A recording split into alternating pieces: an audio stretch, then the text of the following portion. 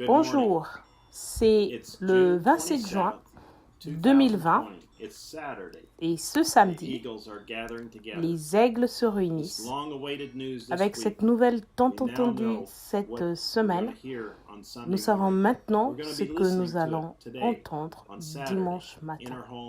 Nous allons l'écouter aujourd'hui le samedi dans nos maisons, au travail, dans la nature, où que nous soyons. Nous allons entendre cette bande aujourd'hui et ça va être « Dieu n'appelle pas l'homme au jugement sans l'avertir en premier ». Prêché le 24 juillet 1963. Donc j'ai hâte de lire cette lettre et pour que nous puissions entrer dans la parole et lire les Écritures que Frère Joseph nous a recommandé de lire, car il se réfère directement à ce message que Frère Branham a apporté. Voici Frère Joseph. Chers codétenus, un prisonnier n'a aucun contrôle sur sa vie quotidienne. On lui dit quand il doit se lever, quand il doit manger, quand il doit se coucher. Chaque minute, chaque heure, chaque jour, il y a quelqu'un qui a le contrôle de sa vie. Que Dieu soit loué. Comme nous sommes reconnaissants d'être de tels prisonniers de Jésus-Christ, il a le contrôle total de chaque minute de chacune des journées de notre vie. Nous n'avons pas à nous préoccuper de ce que nous allons faire chaque jour ou de ce que le lendemain nous réserve, parce qu'il guide chacun de nos pas. Aucun mal ne peut nous atteindre. Parce que chaque matin, il nous dit à tous, « Ne t'inquiète pas, je serai avec toi aujourd'hui, je ne te délaisserai point et je ne t'abandonnerai point. Je t'accompagnerai à chaque pas du chemin. » Quel réconfort et quelle paix pour son épouse, chaque jour. Aucune inquiétude à avoir sur ce que le lendemain nous réserve.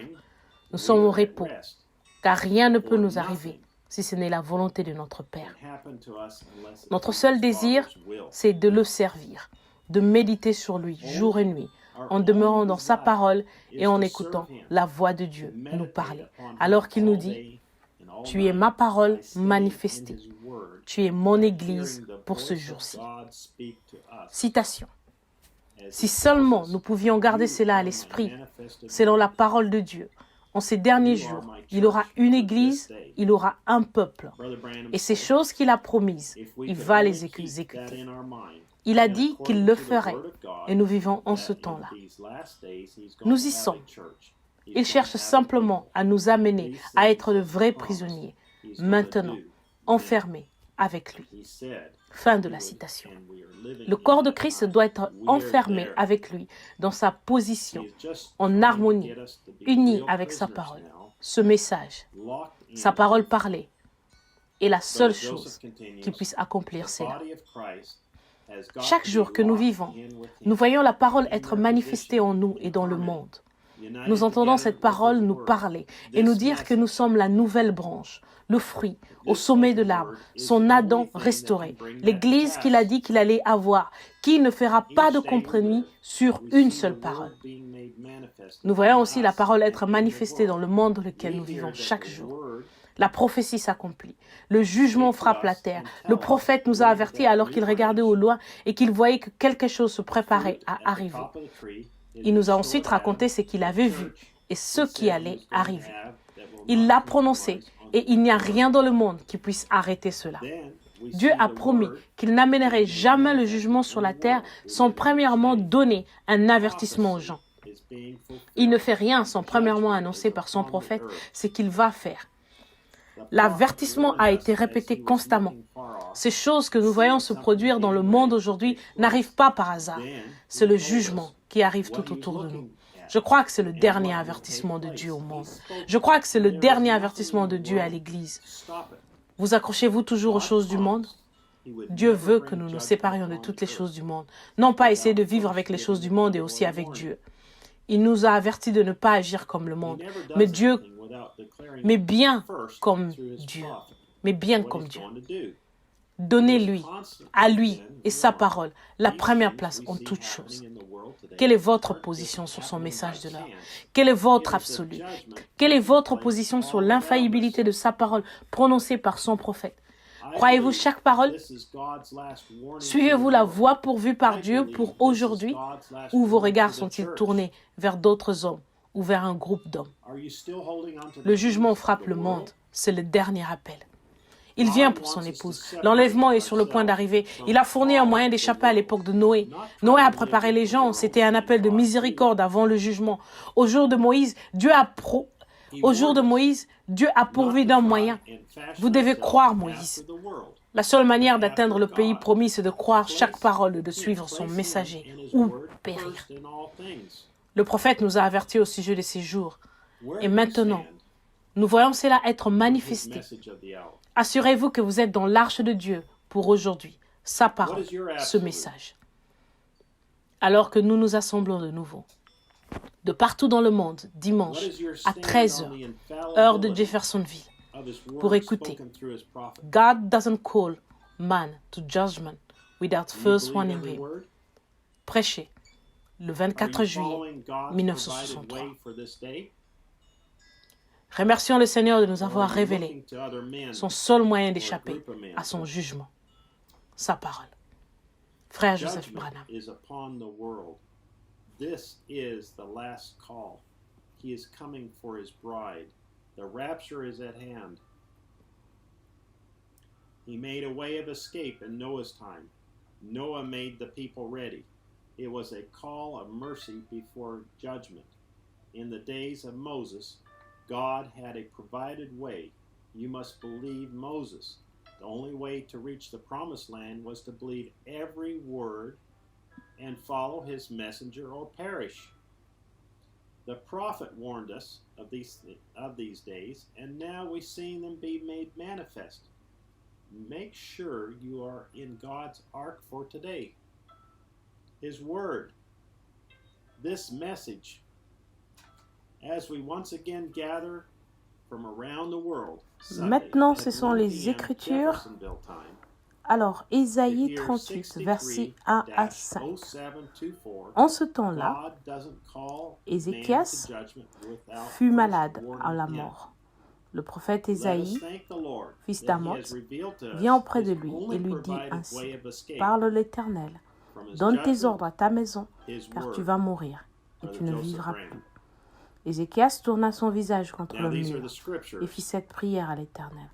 « Ô Éternel, souviens-toi que j'ai marché devant ta face avec fidélité et intégrité de cœur et que j'ai fait ce qui est bien à tes yeux. » Et Ézéchias répondit d'abondantes larmes. Puis la parole de l'Éternel fut adressée à Ésaïe en ces mots. « Va et dis à Ézéchias, ainsi parle l'Éternel, le Dieu de David, ton père. J'ai entendu ta prière, j'ai vu tes larmes. Voici, j'ajouterai à tes jours 15 années. » Maintenant, on va lire Amos, chapitre 1er, le chapitre tout entier. Parole d'Amos, l'un des bergers de Tekoa, vision qu'il y eut sur Israël au temps d'Ozias, roi de Juda, et au temps de Jéroboam, fils de Joas, roi d'Israël, 2 ans avant le tremblement de terre. Il dit, de Sion, l'Éternel rugit, de Jérusalem, il fait entendre sa voix. Les pâturages des bergers sont dans le deuil, et le sommet du Carmel est desséché. Ainsi parle l'Éternel. À cause de 3 crimes de Damas, même de 4, je ne révoque pas mon arrêt, parce qu'ils ont foulé Galahad sous les traîneaux de fer. J'enverrai le feu dans la maison de Hazaël, et il dévorera les palais de Ben-Hadad. Je briserai les verrous de Damas, j'exterminerai de Bicat, Aven, les habitants de et de Beth-Eden, celui qui tient le sceptre, et le peuple de Syrie sera mené captif à Kir, dit l'Éternel. Ainsi parle l'Éternel.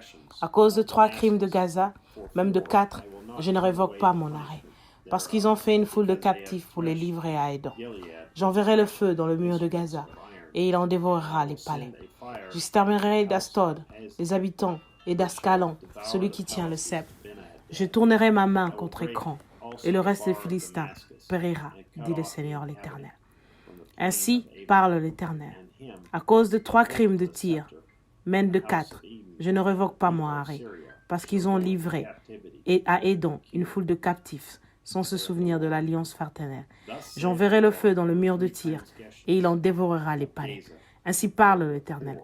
À cause de 3 crimes d'Édom, même de 4, je ne révoque pas mon arrêt, parce qu'il a poursuivi ses frères avec l'épée en étouffant sa compassion, parce que sa colère déchire tout et qui garde éternellement sa fureur. J'enverrai le feu dans tes membres et il dévorera les palais de Bostra. Ainsi parle l'Éternel. À cause de 3 crimes des enfants d'Amon, même des 4, je ne révoquerai pas mon arrêt, parce qu'ils ont fendu le ventre des femmes enceintes de Galade, afin d'agrandir leur territoire. J'allumerai le feu dans le mur de Rabat, et il en dévorera les palais. Au milieu de cris de guerre, au jour de combat, au milieu de l'ouragan, au jour de la tempête. Et leur roi s'en ira en captivité, lui et ses chefs avec lui, dit l'Éternel. But I will send a fire on the wall of Tyrus, which shall devour the palaces thereof. Thus saith the Lord, for 3 transgressions. Voici qui conclut la lecture d'Amos, chapitre 1er. Nous voulons vous remercier de nous avoir écoutés aujourd'hui et nous nous réjouissons de nous réunir avec vous, tous dans le monde entier. Que Dieu vous bénisse. And he kept his wrath forever. But I will send a fire upon Teman, which shall devour the palaces of Bozrah. Thus saith the Lord, for 3 transgressions of the children of Ammon, and for 4 I will not turn away the punishment thereof, because they have ripped up the women, the child of Gilead, that might enlarge their border. But I will kindle a fire in the wall of Rabah, and it shall devour the palaces thereof with shouting in the day of battle, with a tempest in the day of the whirlwind.